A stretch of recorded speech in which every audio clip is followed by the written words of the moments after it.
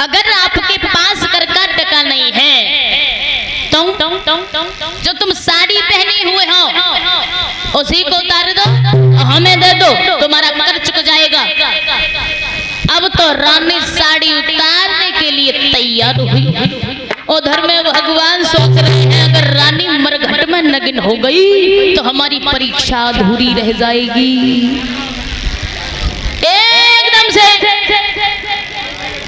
ब्राह्मण के भेष में भगवान आगे जवाब दिया, दादा तू पागल तो नहीं है, तेरे पास कर का टका नहीं है तो इस बच्चे को नदी में बहा दे।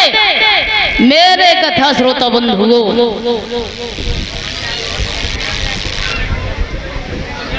अब तो रानी तारा ने ऐसा ही किया। बेटा को जब नदी में बहाया है, नदी में बहाया, बहा करके मैया नगर के बाहर एक देवी मैया की मठिया थी, उसमें जाकर के लेट गई। उसमें जाकर के जब लेटी है, दुखिया को या तो दुख में नींद सताएगी या भूख। आज मैया तारा को नींद सताई तो जाकर के बेटे की सोख में उस मठिया में जाकर के लेटी है माँ।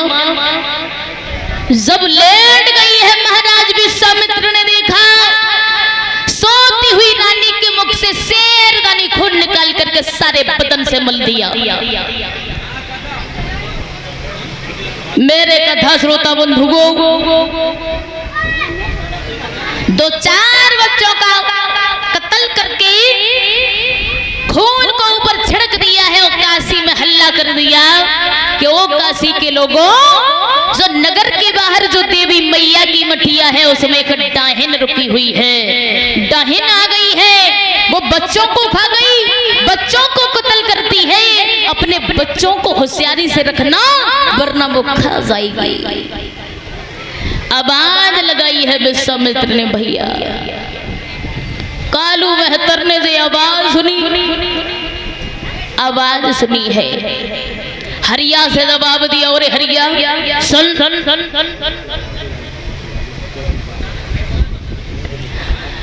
एक नगर के बाहर देवी मैया की मठिया में एक डाहिन रुकी हुई है, अनेकों बच्चों को खा गई। बाबा जी बता रहे हैं, और ले इस तेगा को हाथ में, उस मठिया में जाकर के उस डाहिन का वध करके आना होगा। महाराज हरिश्चंद्र तेगा को सजा करके जब चले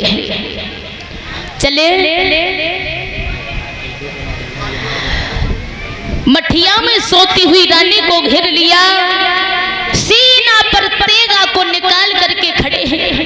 एकदम से पैरों की जब ठोकर मारी है, ओरी डाहिन उठ जा, आज मैं तुझे जिंदा नहीं छोड़ूंगा।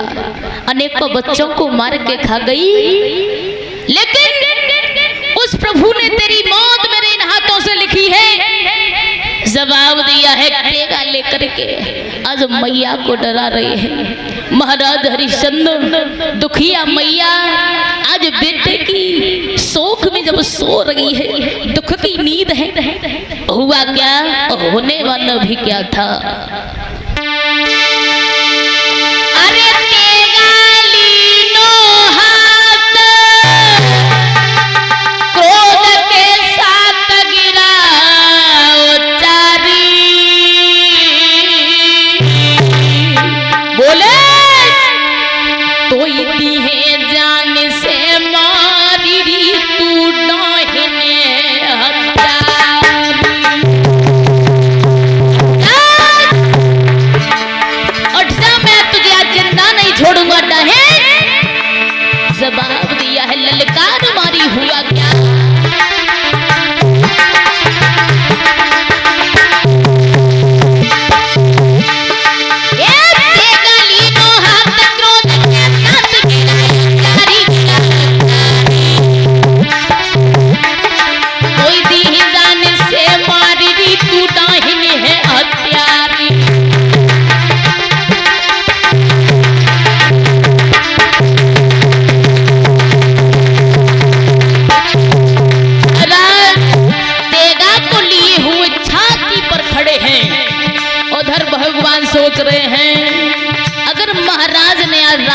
साबित कर दिया तो अच्छा नहीं होगा।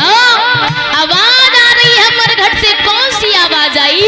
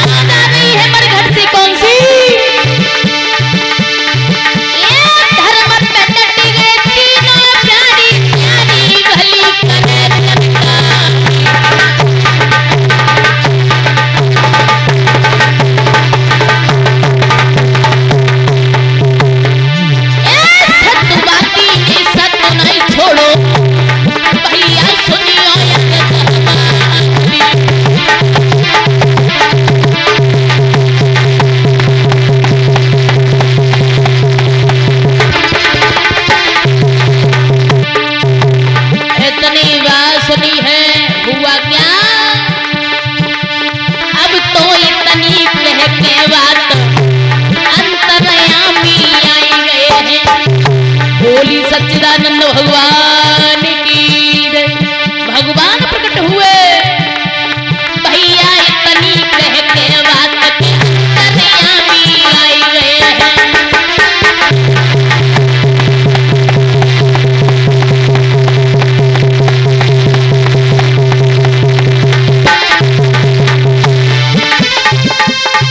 ओ यामी आई गए हैं, अंतर्यामी आई गए हैं।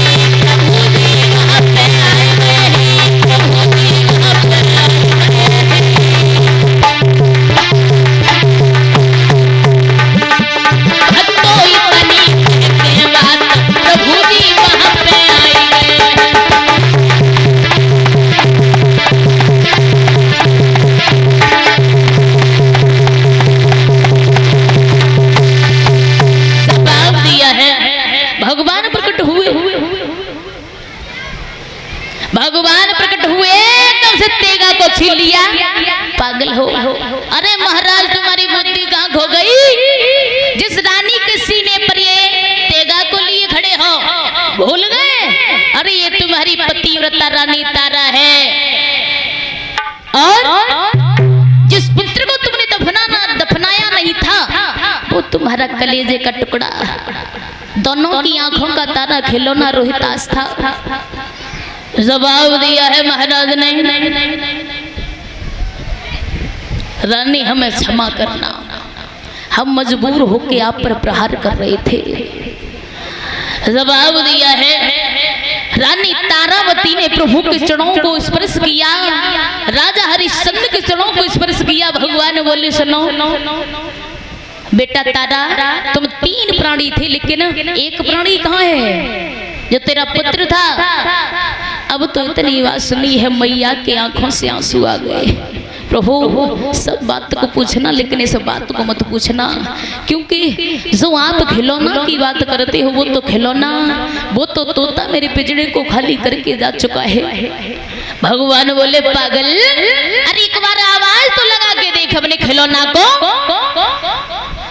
अब तो मैया तारा ने जब रोहितास को आवाज लगाई है, बेटा, अरे वो बेटा रोहितास, अरे लाला, आवाज सुनी है बेटा हंसता खेलता कूदता जब मैया के पास आया।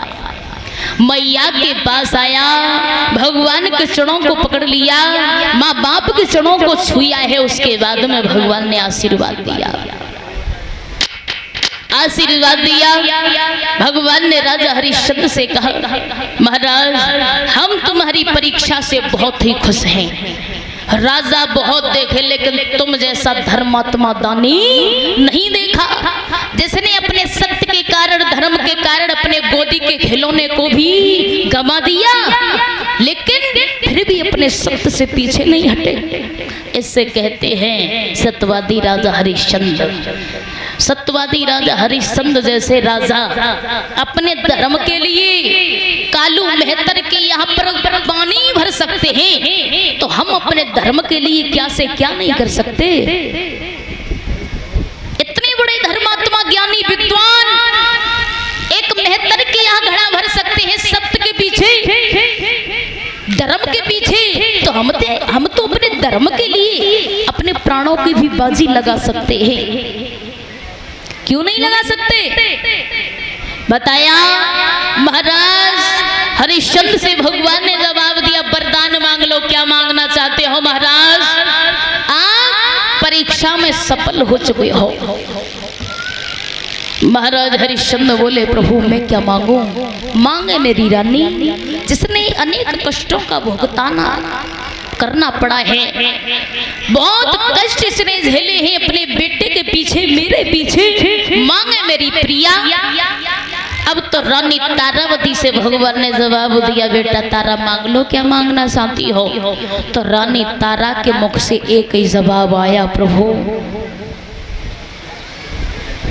इतना दे दो। क्या मांगा। जब तक धरती आकाश रहे मैं गाऊं प्रभु गुणगान।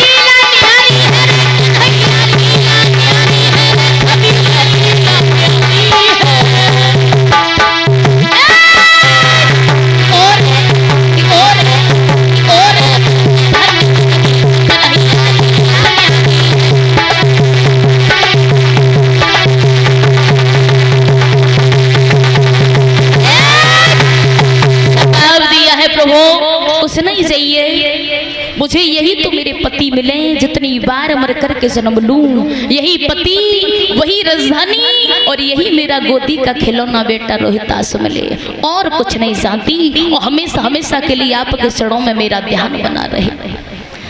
भगवान ने जवाब दिया, तथास्तु ऐसा ही होगा।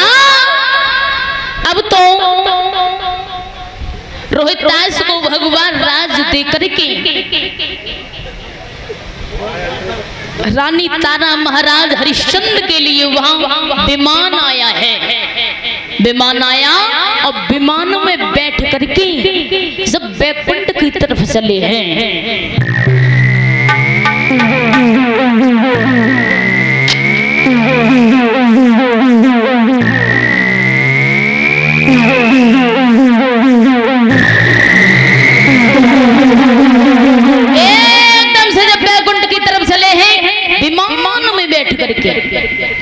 मेरे कथा श्रोता बंधुओं,